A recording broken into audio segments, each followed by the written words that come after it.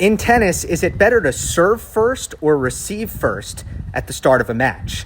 I love this question because it's such a simple one. But if you survey the sharpest minds in tennis, you're going to end up hearing a lot of different answers.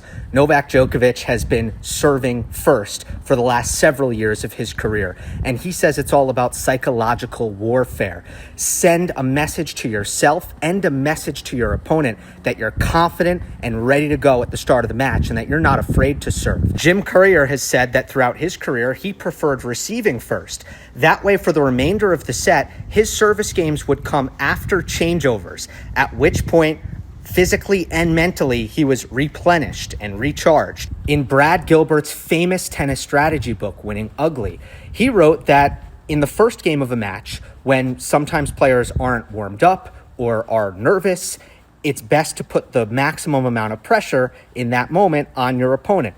So it's best to receive. But I recently had Brad on Monday Match Analysis, and he said, after coaching Andy Roddick, his opinion changed. Fast forward to 2003, I started coaching Roddick. And then by the numbers, by the math, by everything, it absolutely made zero sense for him to return first.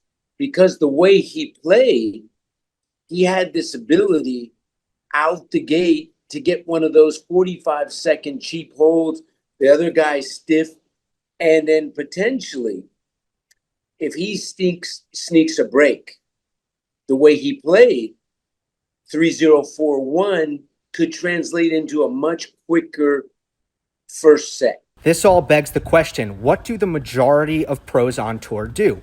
Simon Chambers did a study on this for ESPN, and he looked at the Australian Open and Roland Garros this year. He found that 67% of players in their first round matches across the two majors, male and female, chose to receive. But as the tournament progressed beyond the first round, it became very close to 50-50.